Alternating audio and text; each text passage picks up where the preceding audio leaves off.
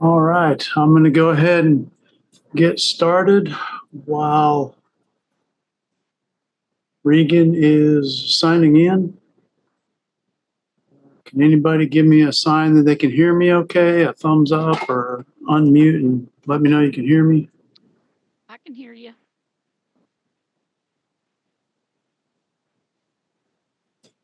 Did you hear me? Okay. Can you hear me, Regan? Yes. Okay, good. It's a new system, so I always want to double check it. Okay. And am I showing up? Yep. All right. Okay. All Good right. afternoon, everybody. We're going to go ahead and get started on our remote resources outline. Today, we're really going to be covering basically two areas: video conferencing and video creation and hosting. We call it remote resources because we started 4 years ago when everybody had to suddenly, because of COVID-19, everybody had to suddenly teach online. And we did this remote resources class to help teachers have more social presence or instructor presence in their online courses. And so basically, it's going to come down to video conferencing and video creation and hosting. It's even if you only do a little bit of that in an online course, it goes a long way, because the main complaint over the years with online education is that teachers are remote. They don't, it's hard. It's sometimes in some classes, it's hard to tell that there's actually a person there, not an AI chatbot or something like that. So really, if you can get any way you can add instructor presence in the course is going to go a long way. Like even creating a video, an introduction video of yourself that the students see early on. Yes, this is a person, and tell a little bit about yourself. It's going to go a long way to adding instructor presence. So we're going to do video conferencing, a couple items, and then we're going to do video creation. Usually it's only takes us about an hour. And but anybody who wants to workshop anything at 4 o'clock, we'll still be here, and we can help you with any specifics you might have. Okay. So we're going to start off looking at there's different ways you can do video conferencing. People use Google, people use Microsoft Teams. We're very fortunate in that in Canvas, we have subscribed to the Big Blue Button, which is a video conferencing platform created by educators for educators. And the more educators use it, the more they tend to like it a little more than Zoom for various reasons. And then we're going to cover Zoom. But right now I'm going to give it over to Regan White, our instructional designer, and he's going to walk you through Big Blue Button and how you do that in Canvas. Okay. Thank you. I'm going to go ahead, if I may, and share my screen. And there's that. Can everyone see the screen okay? Yep. All right. So today we're going to look at, whoops, that is not the screen I really wanted to share, though. Let me stop sharing and share the different one here. I got excited. Okay, screen one. For some reason, it did not choose to share the right screen. Still is not. Huh, that's very strange. Well, let me try it on a different side and see. That will help it, because it's really not cooperating with me here. Let's try screen two and see what happens here. All right. Now, are you guys seeing Canvas? Yes. All right. That's what I need. Thank you. Okay. Sorry about that. I've never had that happen before, but it was strange. So what we're looking at right now is a Canvas sandbox, and I'm going to use that to demonstrate just for a moment how to set up a conference with Big Blue Button, and also how to kind of run the conference. So the first thing that you want to do when you've decided to set up a conference is to click the Big Blue Button here in the course navigational, and then you can schedule it. Now, a couple of things. First of all, it's really, really, really easy to set up conferences in Big Blue Button. One of the most useful things that you can do is to set it up as like a virtual office hours. If you don't, maybe you don't go into the office Maybe you need to set up office hours for another time. You can set up virtual office hours and basically just be online in an open conference. And then as people check in with you, maybe via email or the Canvas inbox, you can add them to the conference and provide help for your students that way. So that's one way of dealing with it. Also, you can, of course, schedule synchronous classes. That means you're there at your computer teaching and they're there at their computers learning. You can do that, or you can use it as a screen capture tool as well. So there are 3 really good ways to use Big Blue Button. Right now, we're going to kind of set up a conference and then we'll go from there. So the first thing you want to do, of course, like I said, is click the Big Blue Button link down here. And once you have that, you'll see this page. It'll say conferences. That's the title. And we're going to add a conference. So we're going to click the blue button up here that says Add Conference. Now, at this point, we have some configurations. Conference type is default Big Blue Button. Don't worry about it. You can name it whatever you want. I'm going to leave this one as a default name. There's a duration and time here, but you don't have to set this. What you can do, instead of setting a duration here, is just come down to the second level and where it says no time limit for long-running conferences, click that, and that will take out the duration. Even if you're not going to go a full hour, it's better just in case to click no time limit. You do want to enable recording, or at least I can't think of a reason why you wouldn't, because anytime you can record some media, you can allow people that maybe didn't get to see the video, people that were absent that day or whatever, you can allow them to view the content later. So always want to enable recording.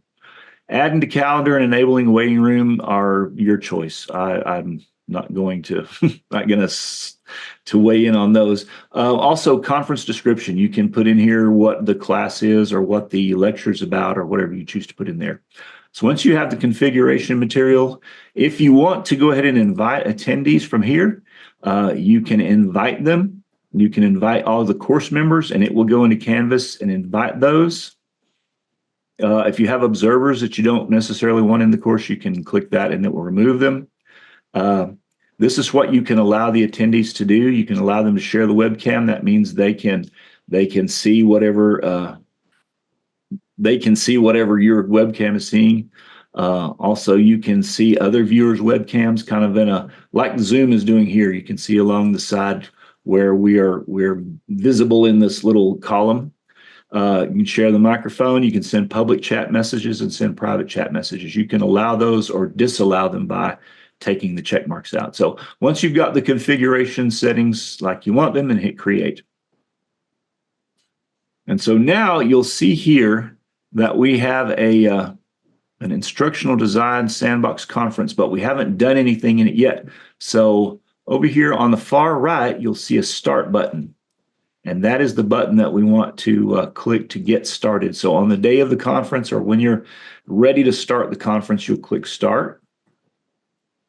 And at that point, the Big Blue Button interface, it's similar to Zoom in that you're going to want to maybe operate, you want to use now for you as a presenter, you're going to want to use a microphone because you don't want to just listen, you want to present. But your attendees will be given the option of either using their microphone or listening. You can specify and tell them, hey, yes, you need to use your microphone. I want you to contribute, or maybe not. I don't know. That's an opinion. I'd like to make a comment here. Mm-hmm. I mean, I would highly recommend in most cases you ask students to choose microphone. Right. And then you're moving more towards what we call active learning. Passive learning is usually the lecture style, one direction only, where you just can't even get feedback from students. So I would really encourage you. I mean, you'll know if you have a specific use scenario where you need them to just listen, but I'd really encourage them to use a microphone. In fact, maybe even require it if you can. Yeah. Because that is basic, like Todd said, you want to get feedback. You want to have active learning going on. You want them participating in the lecture. If necessary, if they can't, if they're not at a computer or for whatever reason, you can join these with your phone. So you can click this button down here. But I'm going to go ahead and set up microphone since I'm the one presenting. Regan, was that for if someone's on their phone? That is if someone can't get to a computer or they don't have access to it. Mm-hmm. they can join by phone, or if they don't have, maybe they don't have internet, their internet's out. For whatever reason, they can use their phone. Okay.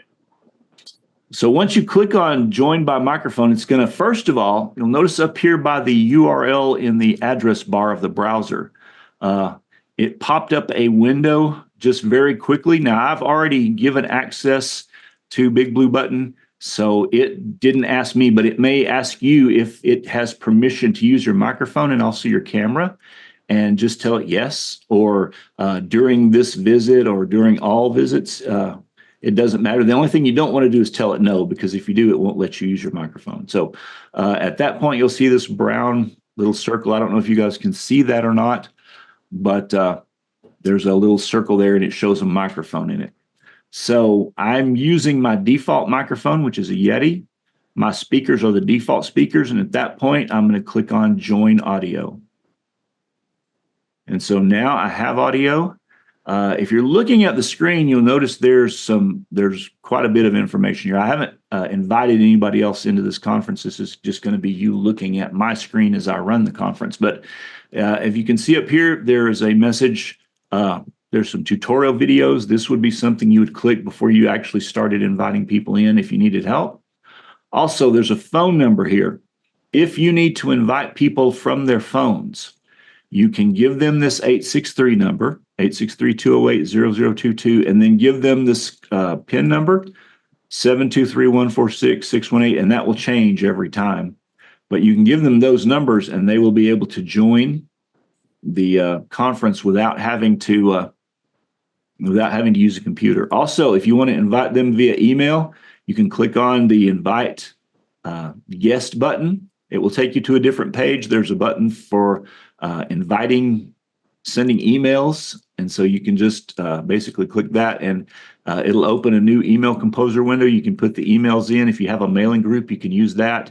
And then you can send invitations in bulk to people who need to view the conference. This is for people that you did not invite initially. These are people that you might have wanted to add. Okay, so once you've gotten your conference members, there are a series of slides. Basically, this is like a presentation. You can move through the slides however you need to. Down here, you'll see there's a slideshow button. This first slide is sort of a default slide. It has information that might or might not be useful. Generally, I move past it if I'm going to use the slides at all. I'll click on this button down here. Now, this slide is blank. Basically, this is like using a whiteboard. If you were giving a lecture in front of a whiteboard, you can draw, you can erase, you can add shapes, or you can add sticky notes. You can add arrows. You can basically treat this like a whiteboard. You can type in text or you can add memos, but it will allow you then also to import images. You can use that. If you're giving a lecture and you're used to using a whiteboard like this, it's a very convenient way to do things. You can pre-prepare these slides. You can go into Big Blue Button before your conference and get the slides ready.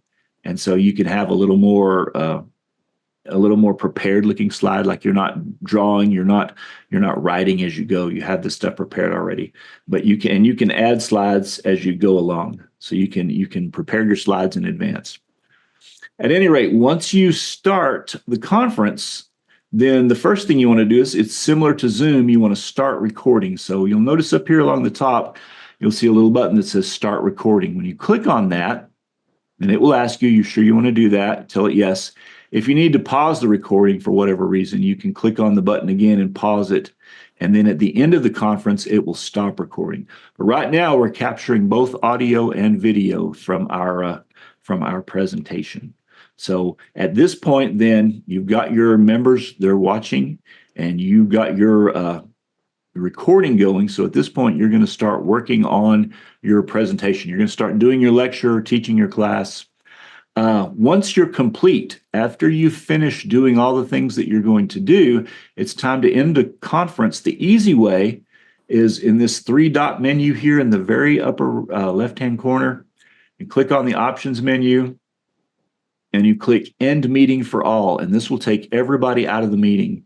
If you leave meeting, it's going to leave the meeting open, and the first person that joined after you will become the moderator. So you want to click on Leave Meeting for All. And at that point, then the big blue button interface will close. So I'm going to go ahead and do that. And it says, you want to end session for all users? Yes, I do. And then it gives you an opportunity to rate it and just hit OK. Now, when you click on OK, it will take you back into Canvas to your course. It will not necessarily take you back to the big blue button. So you might want to click on that link again. Now, when we return to big blue button, you'll see that there's an instructional design conference that is in progress. Technically, you haven't ended it until you punch the end button here that's located at the far right side of this conference line. So when we click end again, you sure you want to end it? Yes, we do. Now, the conference is ended, and it is down here in the concluded conferences. At that point, then you can distribute the video, you can download the video, which we'll talk about that a little bit later. But essentially, the conference is over, and the people that you invited are free to go. So that is how you would use Big Blue Button as both a video conferencing tool, but also as a video screen capture tool. So you can do that both ways. You can share your screen, you can prepare slides, and then you can give a lecture that you can save, and later the people maybe that were absent in the class will be able to view it as a recorded lecture. Regan, we have a question in chat. Yes. Ramona's saying your big blue is hidden. We publish it, right? Let's see. Big Blue Button is hidden. I'm not sure. You have the in that. So yeah, you have it in. There's the little I slash. Right. Oh yes. If you want your students to be able to see the conference, yes, you would need to do that. Let me demonstrate very quickly how to do that. So in your navigational menu, you click on Settings. And then once your settings have opened, you click on the Navigation tab at the top. And then you would bring Big Blue Button up from wherever it's located. And you just click on it, drag it up above this hide line. And then importantly, you have to click Save. And now, if you go back and look at my conference, it's not hidden anymore. So you're absolutely correct. You would want that to be visible for your students. Any other questions? I have a question. Sure. I haven't used Big Blue Button in a conference for about a year, but I believe they also still have thumbnails for the students who are participating, right? Like yes. You can, just like in this Zoom, there's a thumbnail of each student, right? Yes, that's correct. Okay. That is correct. And you can ask them, you can require that they have a camera turned on so you can see what they're doing, so you can tell they're not asleep or whatever. Okay. Yeah. You were writing. Hello? Yes, Albert, go ahead. You write on the space there like a board. You use a mouse or use something else? You can use a mouse, or if you happen to have a tablet, if you happen to have a stylus and a pad, you can use that as well. Oh yeah, because I just received the webcam or webcam, that little yes equipment. Absolutely, that will work. I can just plug it somewhere here on the computer. Absolutely, and then you can draw or write. It's a lot more comfortable using one of those Wacom tablets than it is using a mouse. Yeah, because I have to write numbers, so it's not just a few figures and numbers and equation or something. So okay, and I may try that because I just received it last week, so. And see how it goes. And if any other thing, I will ask. Absolutely. If you do have a question about it, I'm very familiar with Wacom tablets, and I can help you through that. Okay. And it is Regan? Regan, yes. Okay. Thank you very much. Yes. Okay. And I will unshare at this point. So Yeah. So Albert and anybody else, I really, you have the ability to create a sandbox course on your Canvas. If you go to your, could you go to your dashboard real quick, Regan? Oops, sorry. Canvas. Let me reshare again. Yeah. Since you had Canvas up. Yeah, I'm sorry about that. Okay, back to Canvas and to my dashboard. Yeah, just go to your Canvas dashboard. Gotcha. Okay. And so you'll see over in the far right, Regan's dashboard, it says start a new course. Mhm. So your courses will have that option too. And you can start just a practice course. We usually call them a sandbox course. So there's no students in it. And you can turn on big blue button in there and practice there without any students on it. So always a good place to practice. Absolutely. Okay. And Todd likes for you to put sandbox on your sandbox courses. You get extra points for remembering that. Yeah. Yeah. It's good. It's good. In huge lists of courses, it's good to be able to tell that one of them is a sandbox. Yeah. So Absolutely, it is. But yeah, if you call it something else, you're not going to get a penalty or anything like that. Yeah. So the other way you can do it, it's basically it's really similar to Zoom, but it's a little bit more educational friendly. You can use Zoom as a video conference, and so I think most people probably.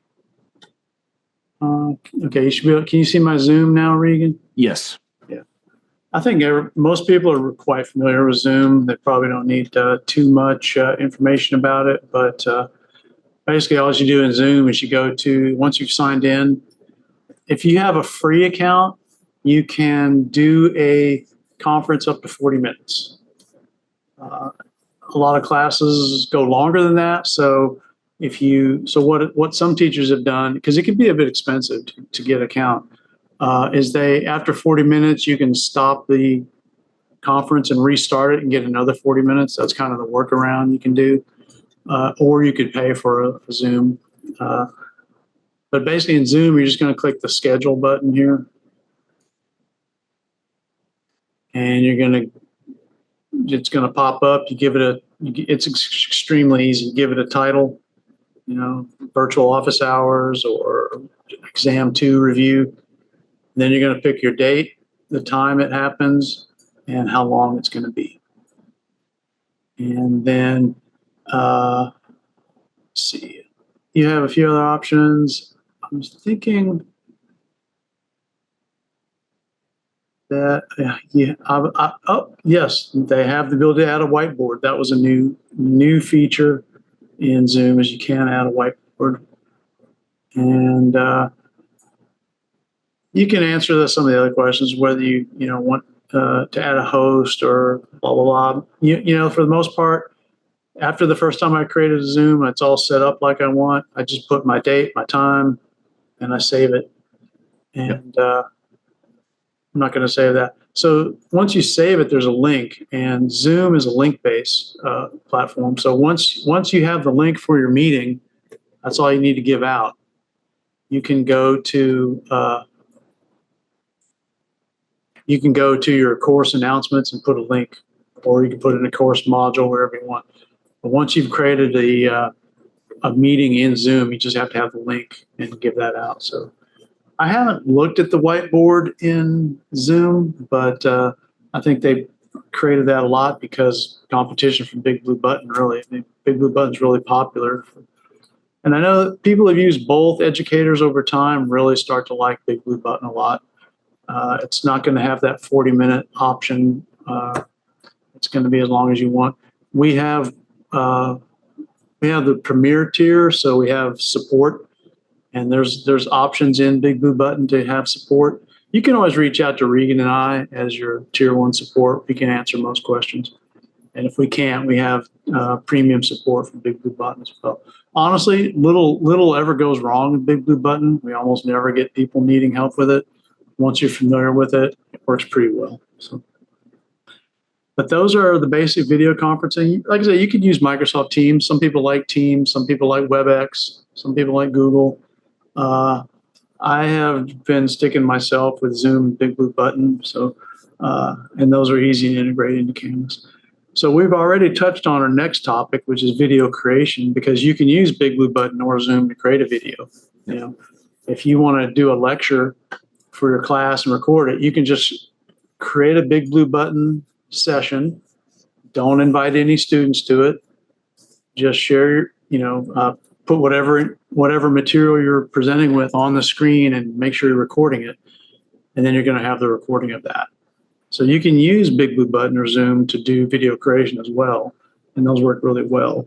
But we're going to show a couple other options for the rest of this section. Yeah. I had a question. Yeah, go ahead. Yes. There is, or there are laws. There are laws prohibiting some, platforms.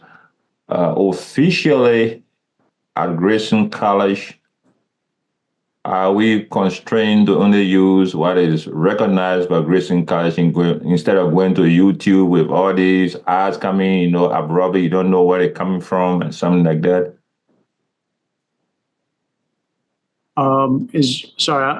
My speaker in this room is a little vague. Are you saying, are you constrained? Is the question, are you constrained in what you can do? For teaching materials, sometimes I go directly on YouTube. Is there a space in Canvas I can go through there to have a filter instead of, all kinds of things coming when you are, showing a video from YouTube? You have any filter like that to filter your content instead of something purpose coming in?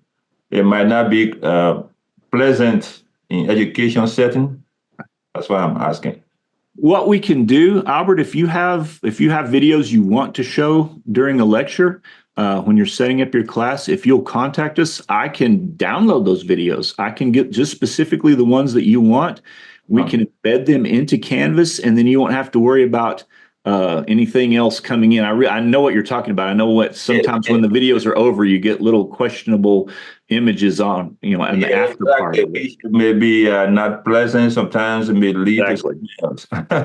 Exactly. So yes, we can get the videos. If you have videos on YouTube that you want to use, if you want to, we can get those. I can download those off of YouTube and embed them and show you how to embed them. And I can show you how to do it as well, but embed them into Canvas as instead of on YouTube specifically, they'll be in Canvas so that the only video will be there. It'll be the one that you wanted, and there won't be any of those follow-on ads or anything like that. So yes, we can solve that problem.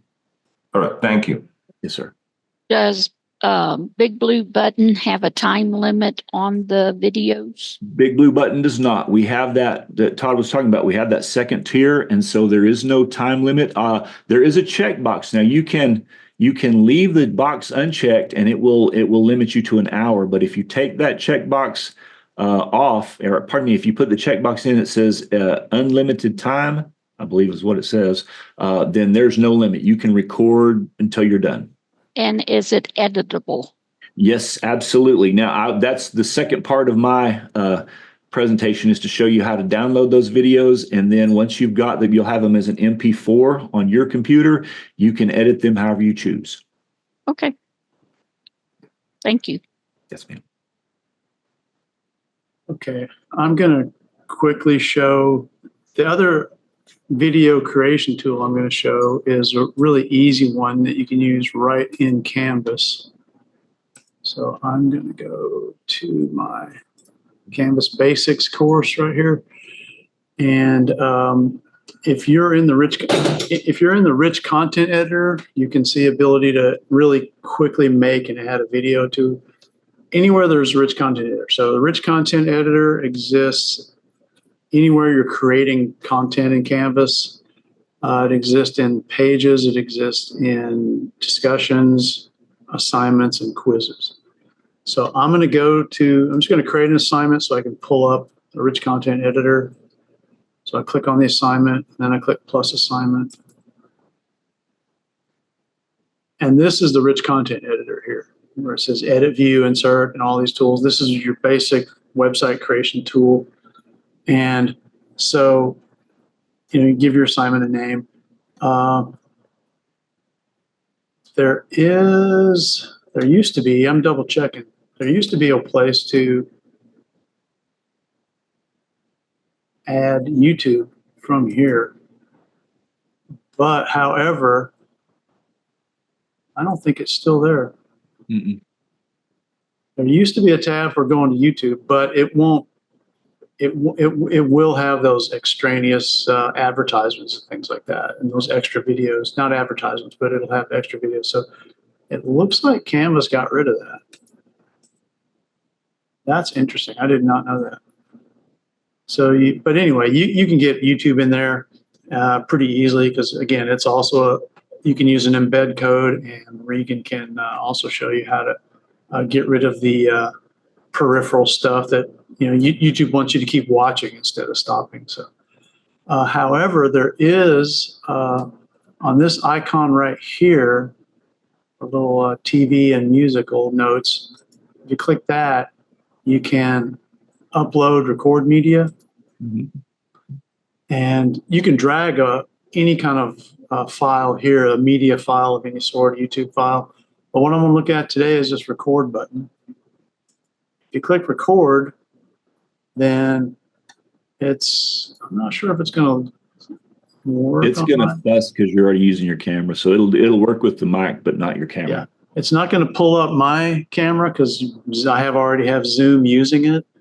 But if you're not already on Zoom, then right here you're going to see your own webcam showing you.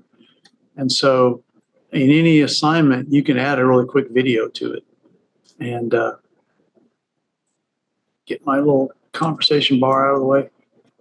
So yeah, you can start recording, and you can this is a good place to make an introduction video to yourself in the class. And I know in our RN to BSN course, some of their discussions, they're done using this Canvas media tool. So students have the option to do this as well. And this can be a welcome break for students. Instead of more typing and writing, they can give written responses to a question, for example, a discussion. So just be aware there's that record to, right? You can start recording. When you're done, you can stop, and it'll immediately be in this assignment. And if it's a discussion, students on a discussion reply will also have the ability to do a reply using a video instead of using text. Any questions on that tool? That's a pretty easy tool to use. That's in everywhere there's a rich content editor, you can add a video. You can make one, you can upload one. Regan, did you have anything more to add on Big Blue Button video creation? I did. In fact, if I can share my screen. Okay. And I'm going to go ahead and essentially what like Todd was saying, we can, and like the question that was asked a while ago, we can, once we have recorded a Big Blue Button session or a Zoom session for that matter, we can get those videos as standalone files, as MP4 files. And so what I'm going to do is kind of demonstrate how, once you've recorded through either Big Blue Button or Zoom, how to get the files onto your computer and then post them to YouTube or post them to Stream or wherever you host video, and then how to embed them into a Canvas page. So let's go ahead and look at let's see. Let's go ahead and look at my sandbox again. And basically what we have here is the Big Blue Button recording that we just did. And so now you can see that this, where it says new conferences, that's gone. It's moved down to here. But there's also some text that's been added. And when you see this text that's been added, that tells you that the processing through Big Blue Button is done. And now you can do things with this video. So I'm going to go ahead and open it. The little drop down arrow here, you can click on that. And then this first link, it says video. That is where you can play and download the video that you recorded. So I'll click on that, and it will take me to Big Blue Button, and there's a play button there basically. Now what I can do I can play that video. And if I wanted to, I could just send this link to my students. I could post this link somewhere in Canvas, or I could email it to my students or whatever, and they could come here and watch this video. But it's a little nicer if you can embed it into Canvas, because that will allow you to do whatever editing or post-processing you want to do. So to do that, I usually start it playing, and then I right-click out here in the video somewhere, and I will select Save Video As. And when that happens, then it will allow me to download this video. Now, you'll notice it says M4V here. That is actually a similar package to an MP4. So if you change that, first of all, change this to all files, change this to MP4.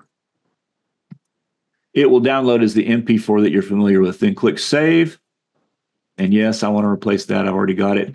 And you can see that it downloaded up here. Now, if you click on the little folder icon here, then there is my video. I'm going to go ahead and close this because it's giving me feedback. But there you're kind of stretching my technical abilities there. You have to switch to all files.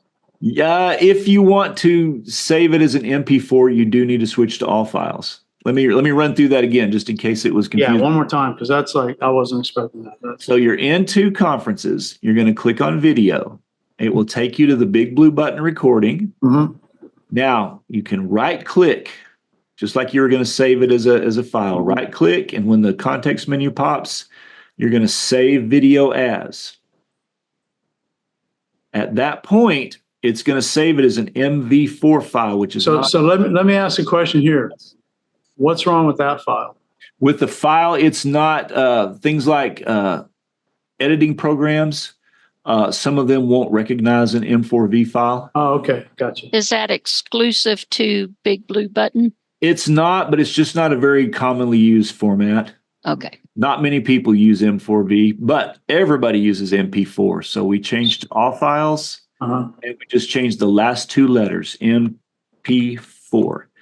And once you save it, it will resave it. It will play. It's an MP4 file, just exactly like you're used to downloading from other video sites. Okay. And once you've gotten that, you can open it up in Explorer, and there it is. I can do pretty much anything I want to with this file at this point. I can. Okay, and can you guys see my screen where I've got this Explorer window open? Yes. Okay, so I've got this file. I can edit this in Premiere Pro. I can edit it in any other application if I want to do, if I want to change the audio, if I want to add graphics or anything like that, I can do it with that file. Can you edit it in Camtasia?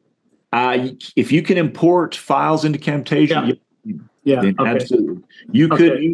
You could use Camtasia to convert this to an interactive video if you wanted to. Okay. Or you could do whatever you can do in Camtasia. If you can import an MP4 file, then you're good.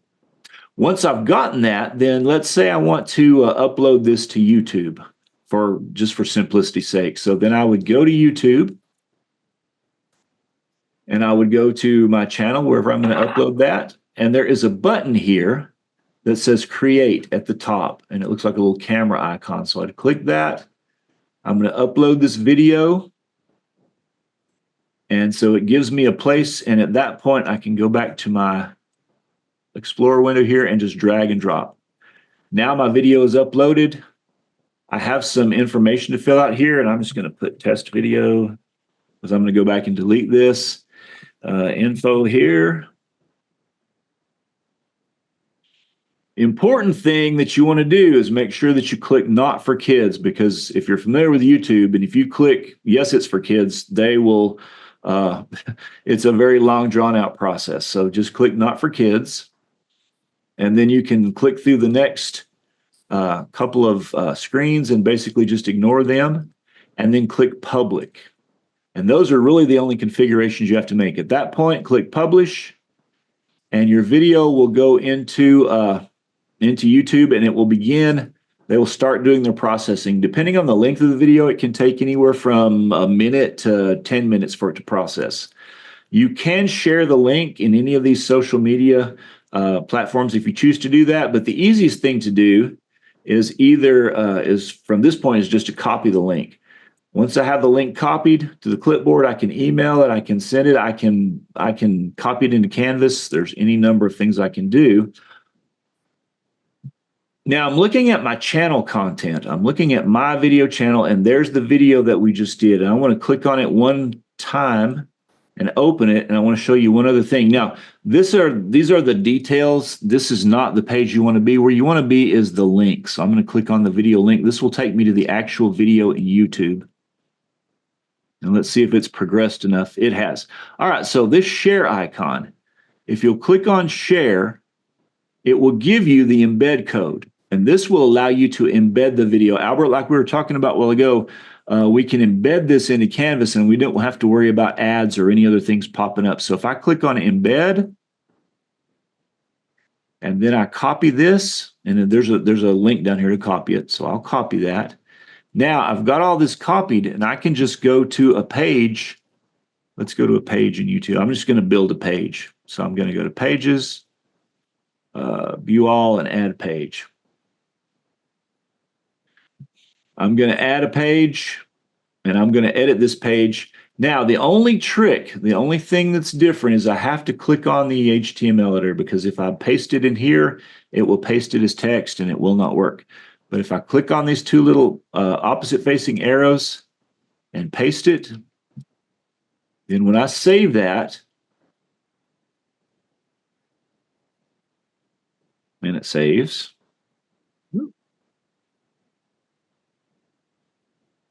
oh, maybe it didn't want to be saved. Okay. I've got to enter a title. Sorry. Now I can save it. There we go. All right. Now you'll notice the video is here. The only drawback, it's not a perfect solution because it does give them the option to go to YouTube. It tries to, it gives them that link, and there's no way you can disable that. I have tried. But at least at this point, it will start playing, and as long as they hit play, it will play inside of Canvas, and it will not take them to YouTube unless they actively click on it. So that is kind of a drawback, but at least it's better than than providing them with the distractions of YouTube, because I know it's real easy to get distracted at that point. So well, that's one way you can do this. You can also download Zoom videos as well. They send you a link. They send you an email once the video is processed. So you can do exactly the same thing. You can download the video through that link, and then you can edit it however you choose.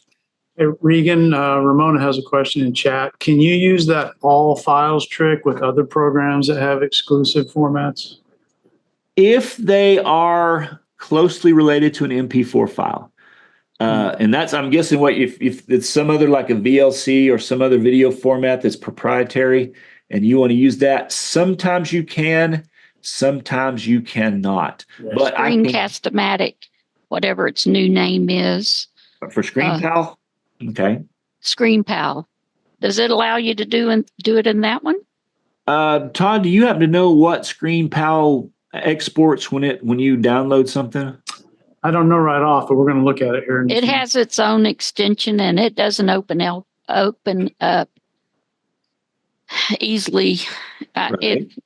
So it does give you the option to save it as an MP4, but Okay. you have to go through all these hoops to do that. Right. Also, let me say something to your assignment. When you're making that assignment, it does give you the option to, it has the pull down menu on insert has embed. Mhm. So, I don't often look at the bottom to see those, what is that The called? HTML editor. Yes. Little arrows, yes. But it does have that option when on insert. Yes. And then you can just paste the link that you would copy from YouTube into that. Yes. I thank you, because I did not bring that out, and that's actually a lot simpler. Yeah. And a lot of instructors in my department make their YouTube videos private and only share on in Canvas. Mm-hmm. I make mine public, but I did that back when YouTube would not I didn't want commercialization of my videos. well, gee, I have about 650,000 views, Mhm. and they have attached advertisements to my videos. They're Yes. educational. I did not want that. I am not making them I'm not taking monetary. I'm not making them monetary or whatever. Right. But they attach so I try to embed, and those ads do not pop up when you embed the video. Yes, and that's Usually, sometimes over here, over in your test, to the right of your test, there's a little bitty faint, almost like a shadow that has the next video in my series. If you want to watch it, that embedding is not a sure thing, but it does help a lot. It does, and that's really all you can do. If it's the best we've got, so it's the best we have. Okay, thank you. Now, if I could offer one more option, if you're tired of the distractions in YouTube, there is another option that we have available, and that is to use a feature called Stream. Because we are Grayson employees or students, either one, we have the ability to open up Microsoft Office 365. So I'm going to open that up really quick, and I'm not going to go into great detail on this, but I just wanted to show you how to use Stream. It's Microsoft's version of video formatting, and I have to do my phone here real quickly. But basically what it does is it allows you to host videos and show videos without the distraction. It's more of a professional environment. And so can you see this on my screen? Yes. This is the Microsoft365.com page. So if you go in through My Viking and click on that tile, it says Office 365, this is where it will take you. So up here in the little waffle menu at the top, if you'll click that, then there are the different apps that you have available. One of them should look like a couple of arrowheads superimposed over each other, and it should say Stream. If you're not seeing it in your list here, you may want to click on More Apps, and it will show you all the apps, but you should be able to find Stream there. And if you click on that, essentially this is Microsoft's answer to YouTube. Forgive the little background there. I'm sorry. But what you can do instead of uploading to YouTube is you can upload to Stream. And we're going to take the same MP4 file, and I'm just going to drag it up here at the top and let it go. It doesn't matter where. It's going to go to your OneDrive, or if you're using SharePoint, you can change locations and change it to your SharePoint server, either one. And we have ours set up, so I'm going to go ahead and do that, Instructional Design SharePoint. If you need help setting up SharePoint, let me know. But we can set that up, and I'm going to go ahead and click on the my SharePoint so it doesn't go to my OneDrive, and hit select and upload. And now this will upload just like it does to YouTube. Upload is complete, and if I see down here in the corner, it tells me upload's complete. If I click on open, it will take me to the same video. And I can do exactly the same thing, although I have a lot more control. If I click on video settings, I can set a thumbnail, I can do about metadata, I can transcribe and put captions in there. These captions are searchable, so if you wanted to give your students a review video and you wanted to have them review certain topics, they can click on captions and they can search for keywords within the script of the video. It will give them links that they can click on that will take them to that part of the video. So that's very handy. But the important thing up here where it says share, this purple button or pink button here, I can click that and hit embed code. And I can copy this embed code just like I did for YouTube. Or Ramon, as you were saying a while ago, I can click on copy a link, and it will give me that link, the same kind of link that YouTube would, and I can use that drop-down menu in the rich content editor to embed that without having to copy the code there. So it works either way. It works just exactly like YouTube. The buttons are just in a little bit different place, but at the same time, it does not have any kind of ads at all. There's no advertising. There's no distraction. Basically, it allows your students to watch a video uninterrupted, and they won't see pop-up ads, and there won't be follow-on videos. So basically, they just see what you want them to see, and then it stops. I hope that was helpful. And that Office 365 is an option on your application Rapid Identity Absolutely. on your Grayson, your portal. Absolutely. So it's there. So you don't have to type it in. It's associated with Grayson. Right. So it stays within Grayson. So it should have all that's available. Plus, by the way, for the new person, I don't know about the other people I see there, but the new people, you can download Office 365 on up to 2 computers from that link. Yes, you can. So, but you can't do it on 3. It's going to take it off 1 that you installed it. And so all of a sudden you can't open a Word document anymore. Yeah. The same thing for the PDFs, the Adobe. Correct. So, That is anyway. correct. FYI. That is correct.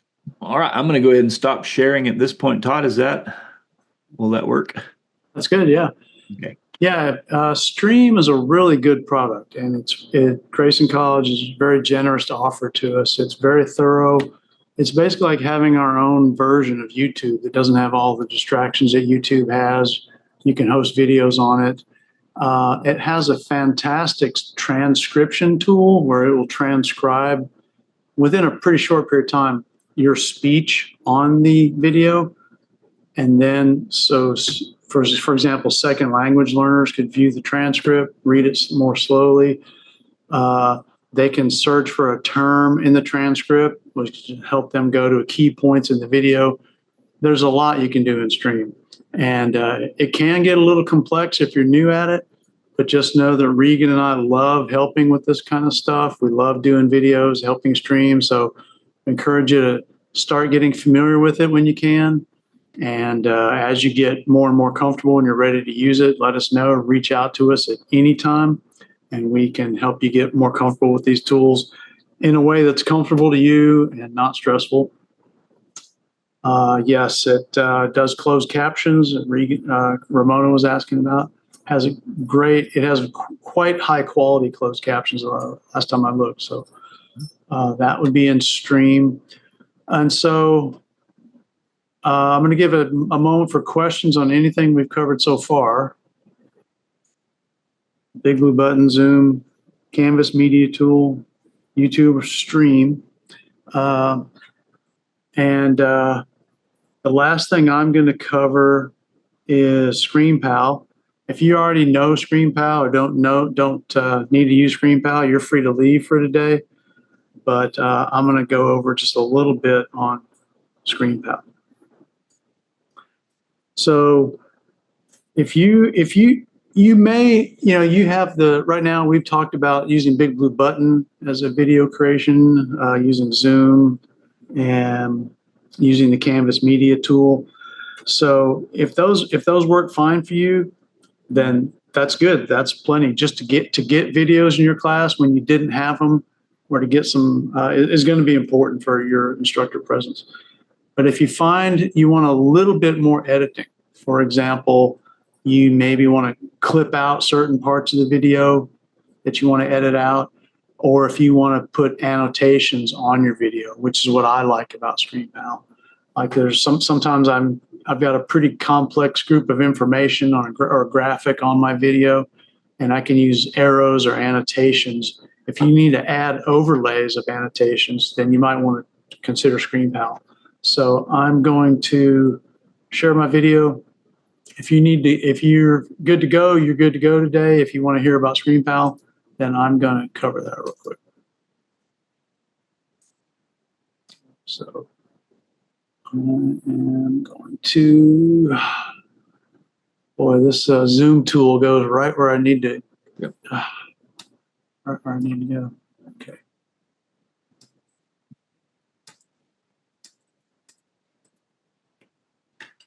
I'm going to go to screenpal.com.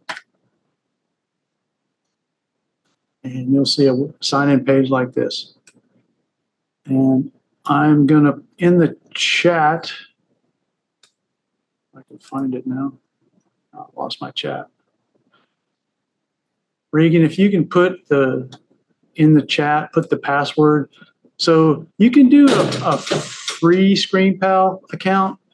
And if you do a free account, you have up to 15-minute videos, which, most of the time, that's going to be a plenty of lengthy video. But if you need to make longer videos, Grayson College will get you a institutional account to ScreenPal. The password is spring 2020. S is not capitalized. Regan's going to put that in the chat, and then in the video later we'll record that. So if you sign up on ScreenPal with your email and use the password spring 2020, no capital letters, no spaces, you'll have the deluxe version of ScreenPal with no time limit, and that's free. So just log in real quick to it.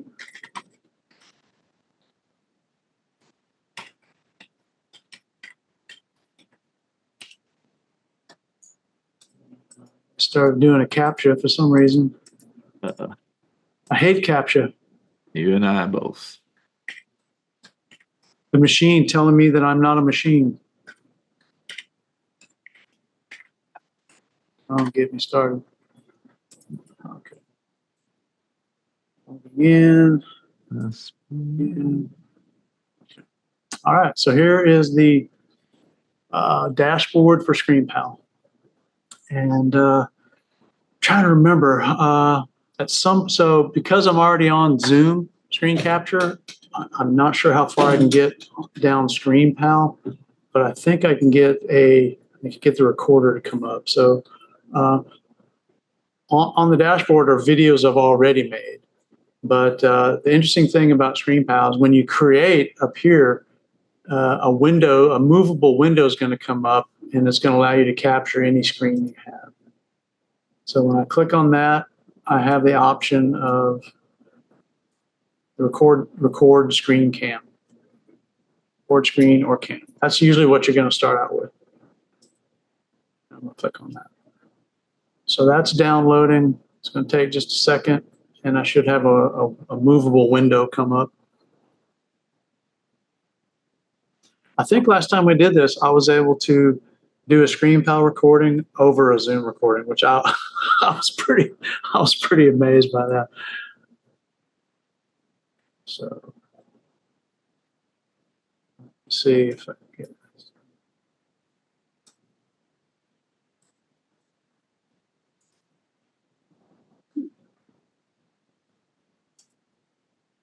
It doesn't seem to be loading. Oh wait, here it comes. Yep, it's coming. It's coming.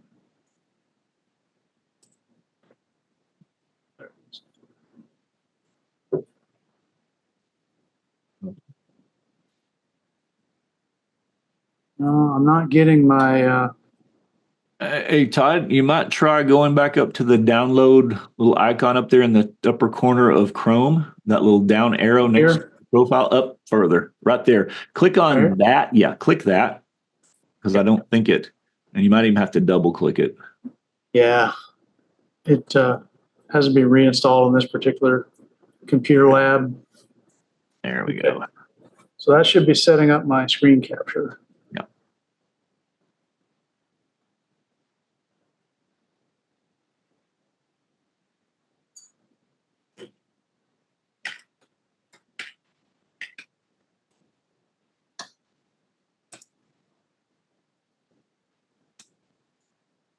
Oh, using GC instructor plan. Okay, the instructor plan. That would be spring 2020. Mm-hmm. Okay, yep. So there I added this the spring 2020 to log into the deluxe plan. And okay, now you'll see I have, yeah, here we go. Now I have this black and white line that goes around that I can drag to whichever window I want to record. And maybe I just want to get a center window here. This is the main tool you're going to see with ScreenPal, is you're going to drag these windows over whatever screen you're going to record. You're going to make a decision right here whether you just want to record your screen or just your camera or both. I highly recommend in classes to do either camera or both. Yeah. If you're going to do your screen, it helps a lot. Again, the main problem with online education is instructor presence. So anytime you can add, like this Zoom meeting, anytime you can add a thumbnail of you there, they can see who you are. This is very important to do.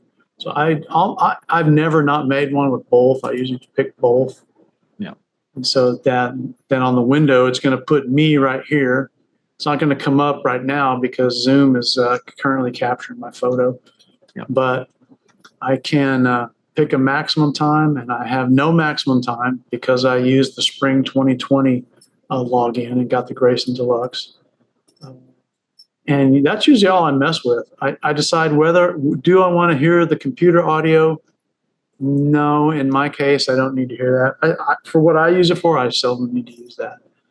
But when you're ready, you're just going to click record. It's going to give you a countdown. And now it's going to record. So its timer's going, and it's going to record whatever's on the screen.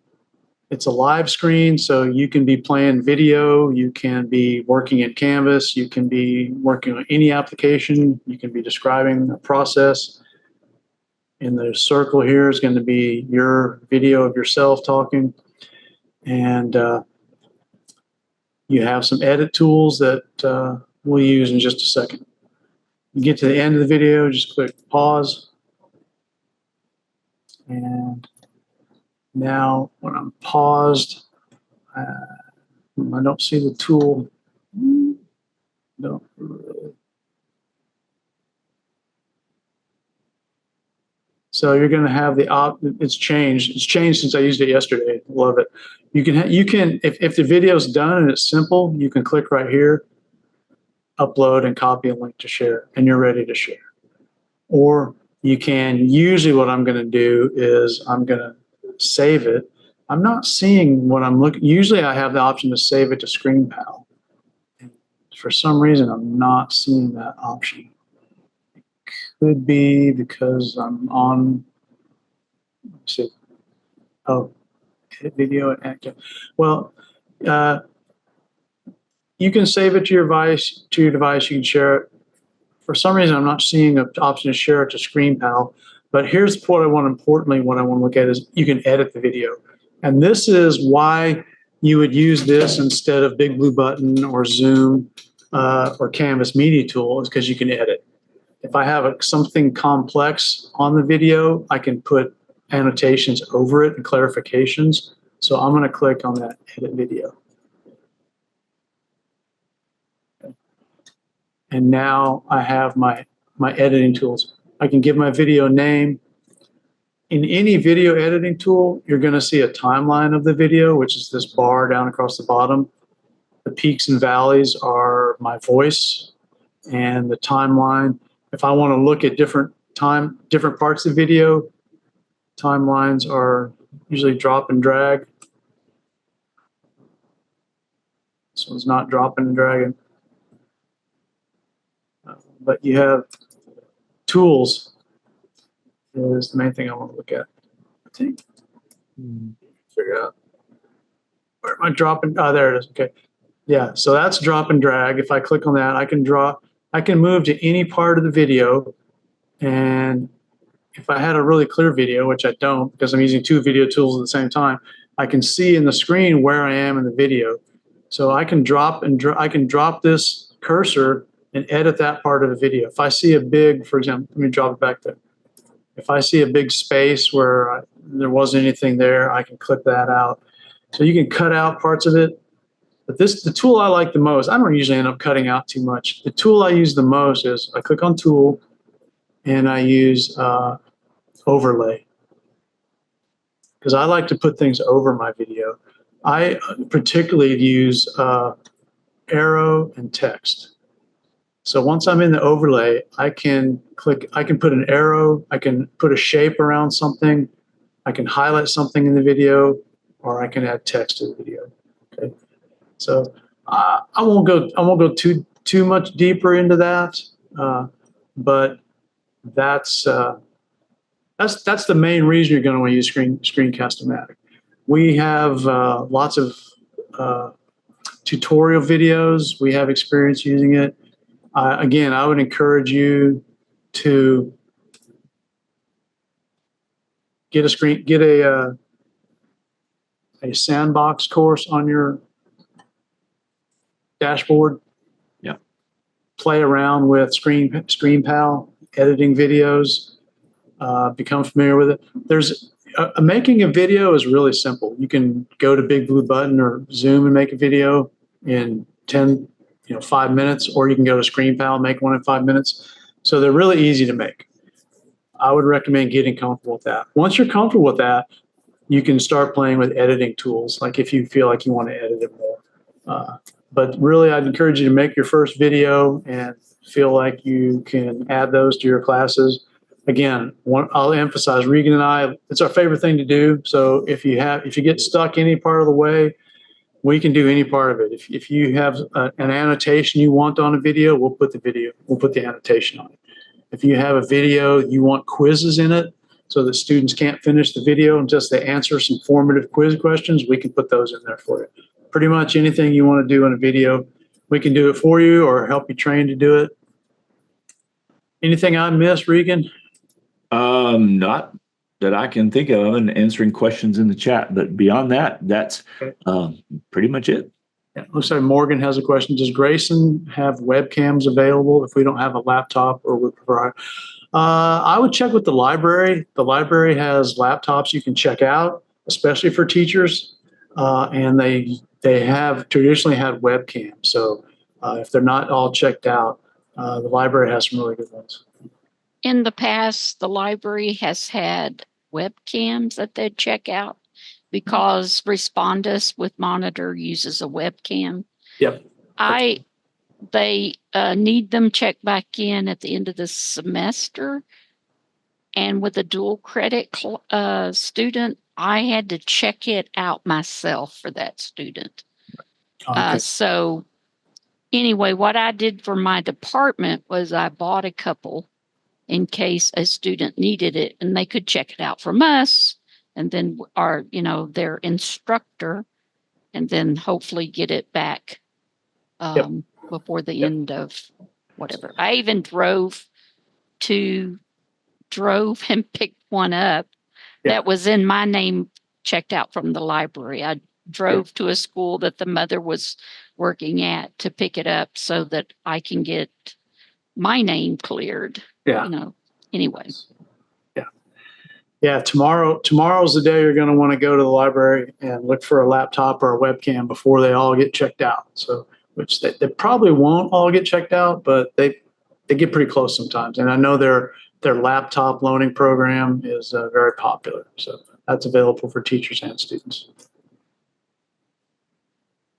Any final questions? Anything we missed? Hopefully we didn't talk too much. Hopefully we didn't talk too little.